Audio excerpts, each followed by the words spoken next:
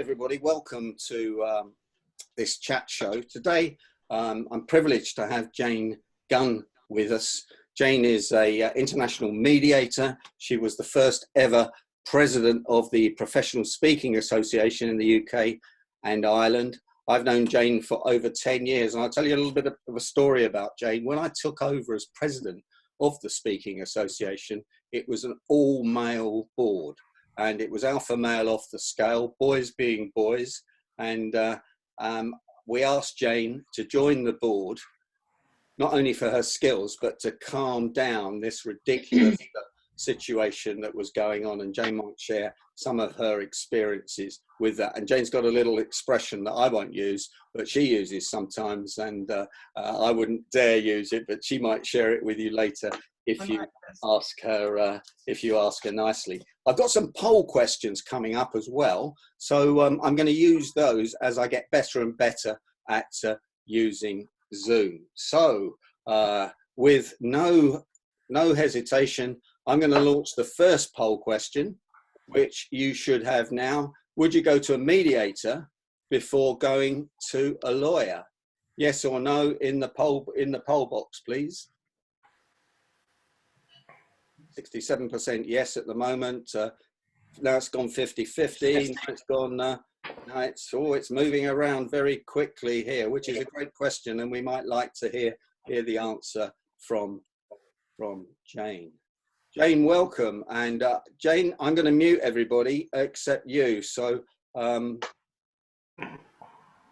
yeah, I'll just figuring that out. So everyone's muted. Jane, you will have to unmute yourself, please. And while Jane's doing that, Jane wrote this fabulous book, which is called Bedlam in the Boardroom and Boredom in the Bedroom. I'm not quite sure what Jane meant by that, but it's a fabulous title. And I have to say, at my age, when you go to the bedroom, all you do is fall asleep, because that's the way it is. Jane, welcome. Thanks for joining us. And would you share a few things with us about mediation? I think the first thing is, what is mediation? Oh, thanks, Derek. Okay, so mediation in a nutshell is a facilitated conversation. It's a facilitated dialogue or negotiation, as you might think of it, Derek, between two people who've got some kind of issue, tension, or conflict. It's as simple as that. It's this facilitated dialogue. And the point about it is that usually the dialogue has become either non-existent or dysfunctional. People aren't having an effective conversation. And so the third person, the mediator, helps them to have a better conversation and try and reach a solution. That's it. Simple as that. Yeah, simple as that. Okay, well, let's start off with some white knuckle things. What's the most difficult negotiation mediation, sorry, because negotiation and mediation is pretty close together and does come out of the work of getting to both CEDA and my work is about win-win negotiations. What's the trickiest one you've been involved in? I think the trickiest ones are multi-party. So you've got lots of people, lots of different parties that you're trying to sort of run this process through. And I can think of one maybe a couple of years ago where one of the parties in one of the rooms was really acting up, being very difficult to manage. And the difficulty with some people is that their teams ring fence them. So you can't get through to the individual. You can only speak to them through their team. So you've got another layer to get through. And that, for me, is the most difficult thing. If somebody's ring-fenced by their legal team, for example, and you can't actually speak to the human being person to person. So you're saying that they might have their legal team there, or both sides might have their legal teams there, and you're trying to rush between rooms, or are they all in the same room, for example? Well, in most mediations, you spend some time in the same room, but often people choose to go off into their separate camps, their separate rooms, and have a sort of, powwow about what's going on and what their negotiating position is. And sometimes you can't get them to come back into the same room. So I can think of another case, Derek, which was very difficult. And basically, it was a trust dispute between a father and daughter, quite a wealthy family. But they had brought so many legal teams that you just couldn't get this father and daughter to sit down in a room together and talk to them. They were Your screen's frozen there, Jane. I don't know. Surrounded by their legal teams, and that's the colleague. And we just said, if only, yeah, have I come back? I think you're back. Can someone stick their thumbs up if Jane's back? Paul, does it sound all right? Does thumbs up? Can't hear a thing. Okay, that's not good. Okay, we'll okay from my end. We'll keep going. Okay. So Jane, you had all these complicated people trying to make it, and obviously the costs were going through the roof if everybody had their legal teams there. So in that particular case, we had each person had brought 2 solicitors, 2 barristers, and Liechtenstein. So you can imagine how the hourly costs were racking up on that one, Derek. Absolutely, that sounds. And what about you? Are you there on your own? Do you have a team of your own going from one room to another? Often I'm on my own, but I can take with me either a co-mediator or more likely a sort of shadow mediator. So that's often someone who's a newly qualified mediator or training as a mediator who just wants to shadow and see what it looks like. But it's helpful to have somebody for me to bounce things off, because it can be a very long and lonely day otherwise. Absolutely. You must be a fabulous listener. Yes, most listening is the key to mediating, really. But you can imagine listening all day, Derek. It gets quite exhausting. I was going to say, I'm tired when I do training or when I do a negotiation, I'm listening to the client. You wonder, come out of it and you're absolutely exhausted, and yet really need to write your notes up at that point, or you forget them. You're tired after a big mediation, Jane?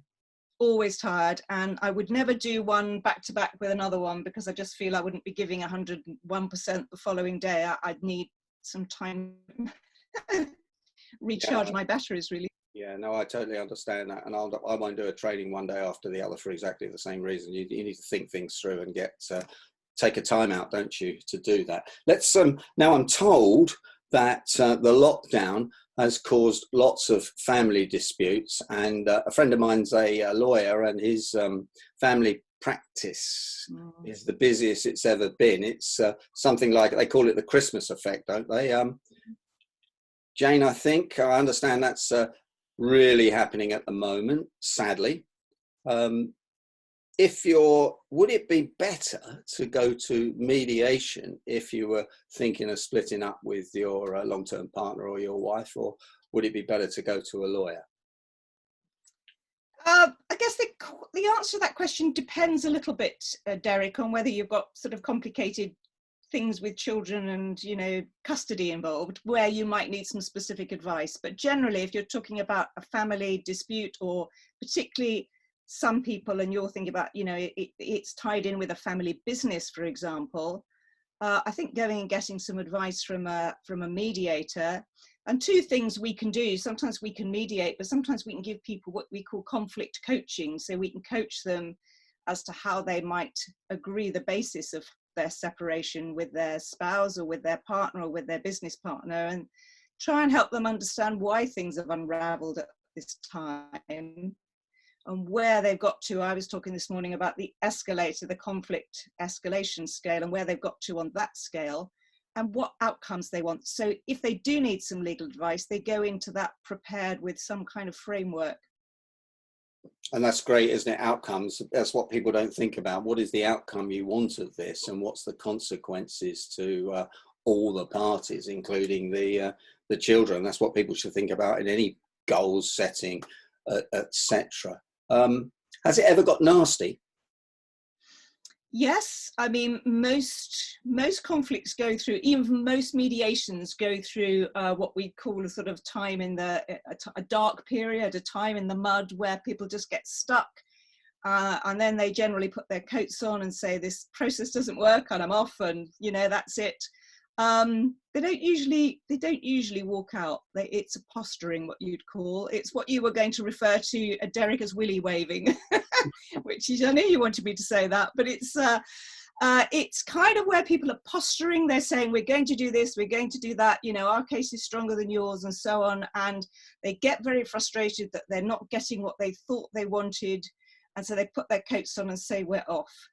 And it's kind of, there's usually a stage in most mediations where people get frustrated that they can't see the way forward, and then we move forward again.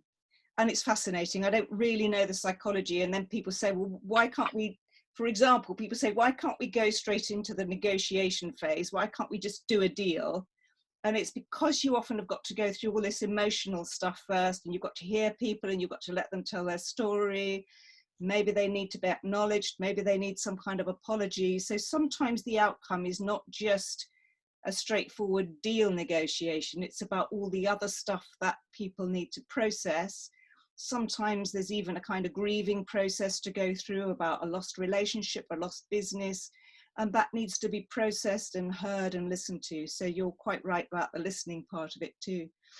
Do you ever drag them back? You know, if I know sometimes you do this in a hotel, book a few rooms, etc. Do you ever sort of, to someone party goes rushing out in tears, do you ever try and get them back, or do you just let them go?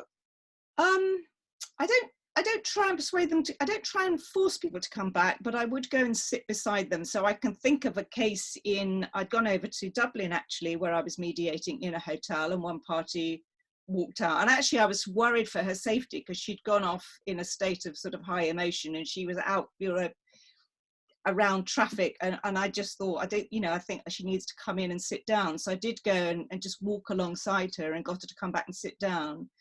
And actually, at the end of that, we settled that mediation. So, she did come back, but her initial thing was, I'm just going to walk off into the distance and not come back. Okay, I'm going to launch the second poll, which is, do you think lawyers charging by the hour is unfair? I'd like to know your answers on that. While I fire away the next question at Jane. Jane, have you ever felt threatened yourself by anyone losing it in the mediation? I haven't really felt threatened, Derek, but I have had to stand between two people who wanted to swing at each other, and I'm quite short, so not sure I was going to be able to stop it. But tensions do rise to the state where people can be quite physically, aggressive towards each other. And I have had two mediation colleagues, not here, but in the States, who have been, one was kidnapped and the other one was sort of, was held at gunpoint or something. So, you never know. You never know. Sure. Yeah. And you talked about willy waving. You talked to me about that when you were doing a bit of mentoring with me when we were trying to manage this alpha male board. Do you see a lot of that? Yes, I mean, what we call it really is this adversarial approach to conflict and to relationships. And I think it's just the way that, particularly in the legal profession, we are trained, is to sort of invest ourselves in the client's position, and to defend that position and to take that very seriously. And of course, what we're asking people to do in mediation, and we're asking lawyers to do, is to change that approach and look at a collaborative approach and say, what's going on here? The getting to yes thing, the difference between being positional and being principled, and understanding all that stuff that's going on underneath. And just that can be just quite challenging for people who are used to and have been trained in a different way of seeing things. Yeah, I was sitting on a train, well, when you could sit on a train, about a few months ago, and I heard one lawyer talking to another one, and he was so aggressive, and the whole carriage could hear. And I was thinking, if I was the other lawyer, I'd want to put the phone down on him, and yet that's the way he was doing it. And it felt a bit odd to me. And that's one of the questions why I asked, do you think lawyers charging by the hour is unfair? Which has come out, 62% people said, no, it's not unfair. And 38% say, yes, it is unfair. The reason I think it's unfair as a negotiator is that, do you know whether they're having coffee? Are they sitting around? Are they charging you for an hour when it's 2 minutes of their time because they're an expert? And I don't know how you can measure that. And I would just, to give one piece of advice out here to anyone listening, is that make sure you confirm how much it's going to cost you before you appoint the lawyer, and also have a think about having 3 lawyers in competition with each other. You remember, you're not negotiating unless you have people in competition with each other. Otherwise, they see you come in and our hourly rate is £500 an hour, and then how many hours does it happen? When I was working for Barclays, we had to instruct some lawyers very, very quickly. And when the bill came in, £20,000, I had no authority to actually pay that. So I'd say with professional people, ask for an estimate, ask them to how likely they can hold you to that estimate, and ask them before they increase any fees above that estimate to talk to you and ask them how it's going. So that was the results of the second poll, which I think I can share with you. Jane, what about overseas? What about cultural differences? I know you've done some big negotiations out of this country. Always important, Derek, and I think actually they're always important wherever you are, because culturally, in a sense, we're all different. We all see the world differently depending on how we were brought up, how we were trained, we were schooled, what experiences we've been through. So I think when we talk about intercultural differences, we've got to say, yes, if you've gone to a different country, there may be some very specific differences, but actually you've got to realize that any group of people you get together is a cross-cultural group, actually, and they've all got different ways of seeing and experiencing the world. But I think if you do go to another country to negotiate or mediate, you've got to do your research and think, you know, what things are appropriate here, what things are welcome here, what things might not be welcome. And that might be specific things like body language and food and, you know, touching, for example, or men touching women. Those can be some really specific things which are different in different cultures. And are you well read on that sort of thing, or are you just careful? I remember going to Dubai and trying to shake hands with a woman who said, "I'm sorry, Derek, I don't shake hands with men," and I was really embarrassed, but she let me down really politely, and I thought, tuck that one away, Derek, for forever. I've had a few experiences, Derek, like you, where, you know, my initial intention was turned down, you know, shaking hands or, you know, or touching someone in an exercise or something like that. And you just think, right, okay. So I think sometimes, and particularly in introduction to a joint meeting, you have to maybe ask people if there's anything that they're particularly sensitive about. I'm going to launch the third poll, which is a question I want to ask you, Jane, actually, as well. But are women better at compromising than men? And before you answer that, let's see what results we get from actually looking at the audience. Mainly, again, we have, I guess, 60% men, 40% women. So it might be a biased issue. I read in the Israeli peace negotiations, the first round when the Americans were playing it really aggressively, they spent 6 months negotiating over the size of the table. Do you think that was just spin, or do you think that probably really happened? I mean, that's interesting. A lot of the negotiations that happen pre-mediation are about, you know, where will it take place? Who's the mediator going to be? How many documents? How many lawyers? You know, there are a lot of things that people use as bargaining chips, if you like, Derek, before they actually even get through the door to a negotiation. So that is kind of normal, I suppose, posturing again, or power broking, or whatever you like to call it. You know, one team will say, well, we're bringing 3 lawyers, and the other team will say, oh, well, we better bring 4 lawyers then. And that's, you know, that's toys out the pram stuff. That's playground stuff, isn't it, really, when you get down to it? Sometimes it's not necessary. And I think, you know, for me, actually trying to get people involved in, let's just think about, what is this process? Let's design it together. Let's, you know, it's not about posturing right from the beginning. It doesn't matter what size the table is, you know, what do both of you need, rather than, what's the point of this? So, yeah. So are women better at compromise than men, Jane? Well, I'll go back to one of the triggers for me training as a mediator was I belonged to the Association of Women Solicitors, and a newsletter came out and it said, call for women mediators. And the suggestion in that newsletter was that there weren't enough female mediators, and that we as females and qualified lawyers possibly had or possibly were more adept at using these softer listening skills and so on. I think to a degree that might be right, and we've gone back to our boardroom experience there, Derek, to say, did it make a difference to be the first female on an all-male board? Yes, it seemed to, didn't it? I mean, even just sitting there, but Jane, Yeah. it didn't seem to. It made a massive difference.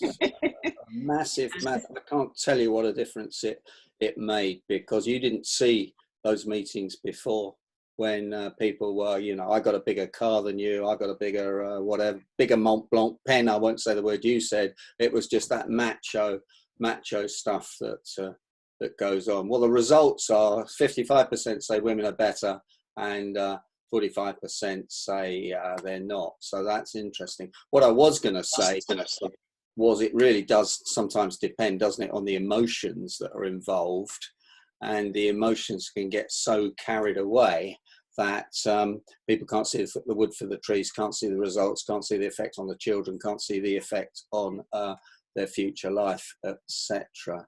I think the wonderful thing these days, Derek, is that we all now have access to learn the skills that we didn't necessarily have naturally. So, you know, even if as a man or a woman, our training made us more adversarial, you know, the tools are now available to us to undo that and to become more, you know, collaborative.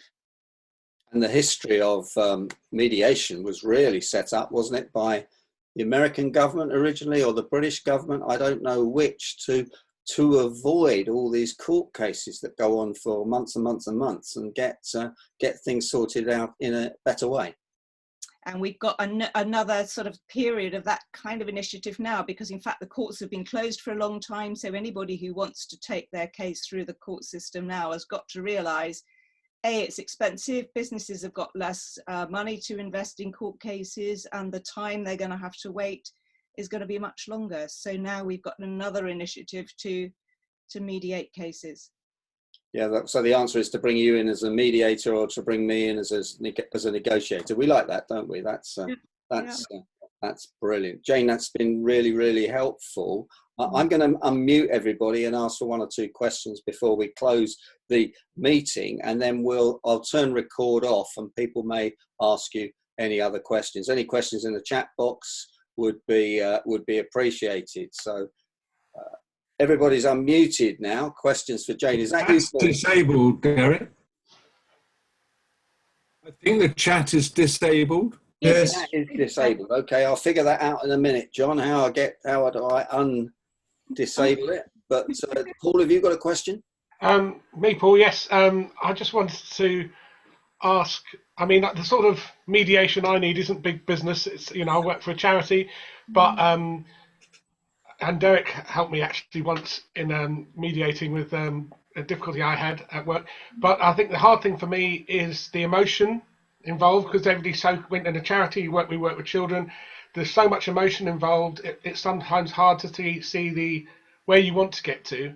Have you got any tips for cutting past the emotion a little bit and moving on to to getting to where you need to get to, in order that everybody gets what they want? You know what I mean? Because sometimes it feels you get stuck in that emotional. Yeah, you do, Paul. And we talk about the what I call the emotional barometer. When your emotions are high, your logic is low. So that's the same for everybody involved. So it's a question of acknowledging, I suppose. Just very quick answer to this, Paul, because there's probably a longer answer, is that you may be emotional and other people may be, and being honest about that. So being able to describe that emotion to people without being overly expressive about it, you know, scaring people with the degree of your emotion, but saying how you feel, and then asking other people how they feel. So that listening piece is really important. And that's why, you know, again, mediation takes quite a long time, because you want to tell your story and how you feel about it, what happened, how it made you feel, and what the outcome was, and then hear the same to other people. What did they think happened to them? How did they feel about it? And what do they think the outcome is? That's a very quick answer. I'm feeling tired listening to your answer, actually. John, the chat box is now open. I've figured out how to do that while Jane was giving that answer, which is great. Can I ask a question rather than type it? Yes, please, John. I was only going to ask a question. The ones I've been involved in, the mediator is given the authority to allocate the fee, the arbitration fee. Is that normal? And if it is normal, are there many times that you allocate the fee other than 50-50? So, John, you've used the word arbitration there, and there is a difference between arbitration and mediation. So that's maybe one distinction I make, is that arbitration is different. I don't arbitrate, so it may be that arbitrators do. Usually with mediation, yes, it's agreed between the parties, but normally it's 50-50. Most cases, the mediation fee is agreed up front and it's split 50-50 between the parties. How's my follow-on then is the difference between mediation and arbitration. If I have a dispute, should I go to mediation rather than arbitration? So the key difference between mediation and arbitration is that the arbitrator makes a decision and makes an award. The mediator doesn't make a decision. They ask the parties to make their own decision, but they facilitate the dialogue to make that decision. That's the key difference. Okay. So you don't guarantee a result, really?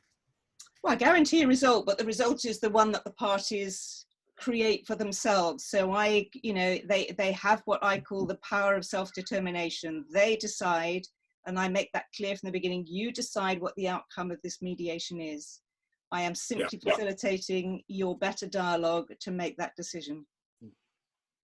And would you sometimes, Jane, have them in one room, or would you have them in different rooms? My preference is to have everybody in one room as much as possible, because then you really are having a dialogue and I'm not sort of, a messenger running up and down the corridor. I don't like that very much. Sometimes the parties prefer that, but I prefer to have as much as possible people all in the same room, and I am literally facilitating a conversation between them. Brilliant. I've got some questions in the chat box coming in here. Paul's asked is there any more information about emotional barometers he can get hold of. I like that word, emotional barometer. I'll steal that from you now, if I may, and use it with. Just trying to think where I've written about that. Obviously, I've written a couple of books that Derek referred to, so I've probably written about I've certainly in the Bedlam and Boardroom book, I've written about emotions in that book, so you probably could find some stuff there. Okay, that's great. Derek? Derek? Yes, Kevin. Kevin here. Yeah. This was fascinating. Thank you very much for doing this, Jane. Dr. Dreikers in America said that the issue in all ongoing human conflict is never about things. He said it's always about respect. And what I'm hearing from you is that you have to weave your way through some of those emotional aspects of respect. I wonder, can people agree with you and say, okay, we're okay, and then when they go home and talk to their spouse or their advisors or their lawyers, the respect issue or the issues come back again, and so what was agreed to in front of you is not agreed to later? I'll give you an example of that. One of my very, very early mediations was basically, it seemed like an employment dispute. So we've got the employee and we've got somebody representing the company. And then during the mediation, he said, hang on, we'd actually got to the point where he'd said, this is the outcome I want. I'm very happy with that. We get to the end of the mediation and he says, I just have something to tell you. I used to be the leader of the trade union. And my trade union pals, I've been meeting with them in the pub every week and they've been cheering me on about this dispute. And I think if I go to the pub this evening and tell them this is what I've settled for, they'll go, you what? And so on that basis, he said, I can't sign it because I feel I'm letting them down. Now that's strange. He said, that's what I want, but that's not what they want for me. Derek knows the answer to that one. Derek explained that before. That's the higher authority. Yes. The people in the pub are the higher authority that I think help in negotiation, mediation. A Harvard negotiation, and they call it in the gallery, don't they, Derek? You know, they're your people in the gallery, they're watching you, they're taking notes, and in the end you have to look up. It's like in tennis. It's like in tennis, you look up and say, oh no, my coach is telling me not to do that. So, but that's good information though, that he told you that so that you could then work with that issue. Yes. He really had this double. Yeah. Yeah. So then you have to say, okay, how do you want to solve that? You know, what will, and it's difficult because, as you say, very often it's a spouse who's at home. You know, we've literally had people in mediation say, I daren't go home and tell my wife that that's what I've done. Or my wife doesn't want me to come home unless I've settled this. She's fed up hearing about this dispute. So you get both, but you must never forget that there are always external influences, even if they're not there in the room or in another room. That's great, Jane. I've got to go back to John on that one, because yeah, my wife would go crazy if I pay that price. That's one of my better lines, as long as my wife's not there. But I've never used the one, I can't tell my mates in the pub that I've agreed it. I find that one just a little bit, you needed to give this guy some coaching on how to handle things like that, Jane, didn't you? I would have thought. Well, in the end, you've got to sort of then work out. So it's another negotiation, isn't it, really, about, well, how are you going to handle the guys in the pub? If that's actually what you really want at the end of the day, you want that settlement that you've just almost signed your name to, but now you're scared about, you know, what's scaring you about your pals and how are you going to deal with that? So, yeah. Ridiculous. Another question. This is from Kevin again. Do your professional skills work in your private life at home, or have they wised up to you now? Me personally, yes, okay. Yeah, they do to a degree, I would say, but you know, I'm not a neutral, am I, at home? So I'm personally invested in, you know, if I have a row with my husband, I'm not neutral in that. So I have to recognize that I don't always stick to the rules. But no, these skills do work in your personal life. And the reason I wrote the book that Derek referred to is that when I was working with chief executives and businesses, they would often say to me, oh, and by the way, I'm having a trouble with my teenage son. You know, how do I deal with that? He's smoking pot, or he's not doing his homework, or her bedroom's untidy. So there would be issues in their personal life. And sometimes they'd say, actually, it's those issues that are stopping me from being effective at work, because I'm spending so much time worrying about that, or my wife's nagging me about not being a good dad or not being home on time. So, you know, there's a real interlink between work and home, and the same skill set applies across the board. And of course, now everybody's in lockdown, you know, where is the boundary between work and home? Well, I remember saying to you, Jane, when you joined the board of the Speaking Association, we need to put all our mediation and negotiation skills that we've written about to play here, because we have a goal and we can't achieve this goal with all the stupidity and that's going on here. So again, making the goal clear that you're coming to is very important, both in their own minds and then in the minds of the people that we're dealing with. From Rob Wall, Jane, which personality type or combinations, depending on whichever psychometric you're using, is the most difficult to work with? Well, I know there are lots of different personality type tests. I mean, one of the tests that I use is actually, it's called a modes of conflict test. It's, I'm trying to think of the name of it now, but it tests whether your response to conflict is fight, flight, you know, whatever. Sure. That's a useful one to understand, you know, whether what people's automatic mode of response to conflict is. And then, you know, generally in personality types, I think, you know, people who are more on the sort of narcissistic, self-absorbed side, one of the mediation models I work with is that people tend to be, if they are more self-absorbed, they can't see outside the bubble they're in, and therefore they can't actually empathize with other people's situation and positions. So that, I don't know if that helps, but I know, you know, there are different descriptions of what personality types are. Sure. From Neil, are mediations, I keep saying meditations, don't know what a difference, are mediations over one day less successful than over 2 days? That's an interesting question. That came up in a webinar I was in this morning. The usual model for a commercial mediation has been 1 day, where you go in at 9 and you come out the other end when you're done, basically, and it's kind of a lock-in until you've got some kind of result. Over the years, I've diverged from that, because I actually think people can be more effective if they're thinking clearly. So it is this sort of logic versus emotion. So I don't agree with this lock-in. Obviously, you've got to get people committed, and, you know, it's time and diary space and all of that. But for me, and I think this is one of the advantages that being able to have a blended approach using, you know, Zoom or something like that, is you can have a series of meetings, which could be a little bit shorter, which give people time to rebalance their emotions, to have some thinking space and so on. So I would say I'm more in favor of a flexible approach where you can break it down into sessions and people don't get tired and therefore cranky, shall we say. Okay, I think we're coming to the end now of the session, Jane. That was hugely valuable, and lots of tips and ideas there for sorting conflict out, getting a win-win situation. And can I thank you for that very much indeed. We're going to stay on the line once I stop the recording. Kevin says he noticed how well dressed you are for this, Jane. Is that normal, or would you dress not so well in a different country? Oh, that's very kind of you, Kevin. I mean, actually, how I'm dressed today is generally how I tend to dress.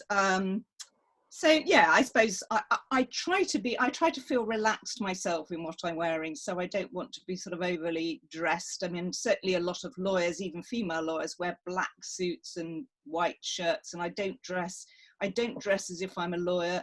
I try to dress to feel comfortable and perhaps, you know, be able to take off a jacket. But one of the things I do like to do is bring colour into the room. And I know I'm wearing black and white today, but actually, you know, a pop of colour, whether it's red or pink, I actually think cheers people up a little bit and adds a bit of energy to the room. So part of that is about me thinking about the energy aspect of a mediation and how can I create energy and maintain energy during the day. Fantastic, Jane. Thanks very much. Jane's in one of the mastermind groups that I run. We have a lot of fun. We have dinner and some wine and swap notes. If you've got any questions for Jane, send them to me and I'll pass them on to Jane. Jane Gunn, thanks very much indeed for joining my live chat show. Thank you. Thank you.